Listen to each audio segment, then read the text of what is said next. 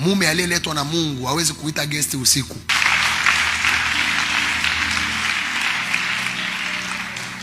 Mwanaume Mungu aliyemleta kutoka kwenye madhabahu yake hawezi kukwambia tukutane Sinza, tukutane Bagamoyo, to enjoy this weekend. Umepigwa tayari. Kwa hiyo nitajiweje kwamba ameletwa na Mungu? Yaani kuna watu hapa inabidi mkaachane simple baada ya hapa.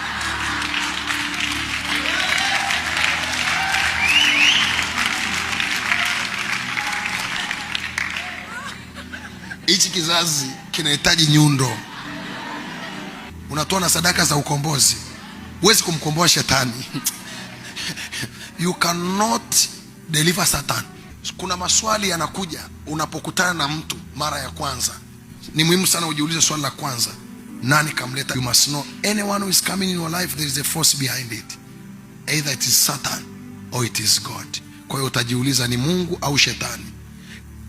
Kama ukimuuliza Mungu kwenye maombi anaweza asikujibu, lakini Mungu ana standard zake, ana principles zake, ana tabia zake ambazo zimekuwa analyzed. Kama ni kwenye biashara utashangaa jamaa anakuja anakuambia hii lakini tufanye haramu.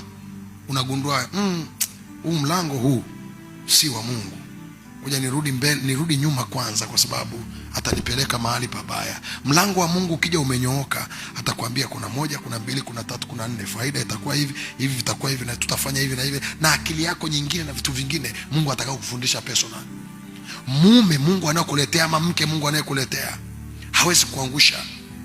Mimi ndio maana na discourage sana watu ambao, mtu ambaye unataka kuingia naye kwenye ndoa alafu unalala naye alafu unategemea atakuja kuwa mwaminifu.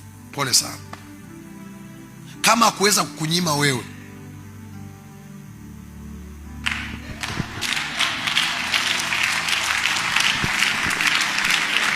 wakati mko hivi mokosia mai, uwe na uhakika. Ni wape tu siri, na kama kuna ndoa zitavunjika zivunjike. I'm telling you, listen to me, I tell you. Na ndio maana mimi kabla sijafungisha ndoa nitakusisitiza sana. Umelala na kuanguka na huyo mtu ili nikuongoze sala ya toba, ni uongo kuja kuaminiana na huyo mtu baada ya hapo. Usijisaulishe hichi kitu, naomba na Mungu akusaidie kukumbuka. Kama hakuweza kujizuia kwako, I'm telling you, hata jizuia kwa watu wengine. Kwa ni muhimu sana kwenye kipindi cha uchumba na mahusiano mlionayo, muangalie namna mnavyoenenda. Kama nyie ni wahuni, ingieni kwenye ndoa ya kihuni, na msije kuulizana baadaye sijui amebadilika lini. Mlibadilika hata kabla hamjaoana.